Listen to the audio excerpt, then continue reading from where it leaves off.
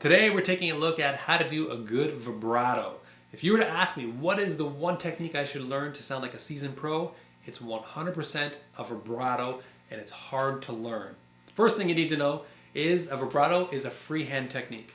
What does that mean? It means that we're going to freehand it. We're not going to touch the guitar except for the exception of the finger that's doing the vibrato. Watch this.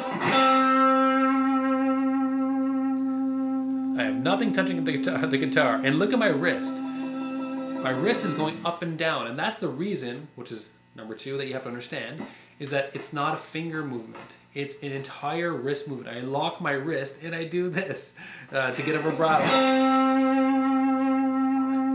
That is the trick. Okay?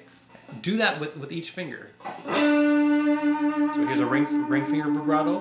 Here's a middle finger vibrato. The pinky finger, I typically do not do vibratos on because it's a weak finger. But if you need to, you can. The next thing that you want to know, so step number one was a freehand technique. Step number two was you move the entire wrist.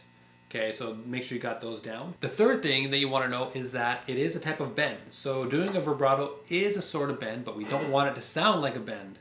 Because if I did a bend, here's an E note for example, if I bent it, it would sound like F, and it changes the pitch. A vibrato also changes the pitch of a note, but it does it in a way that tricks our brain to think that there's a continuous E note happening. So you must be consistent, because what I see a lot when I teach this is I see students doing this, where the E note has been bent up, but it never goes back down to E natural.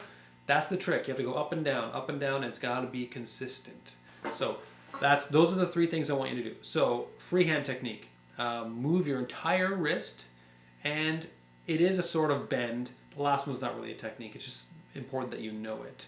There are more advanced levels of this, like bending and doing a vibrato, but start off with that first. Good luck.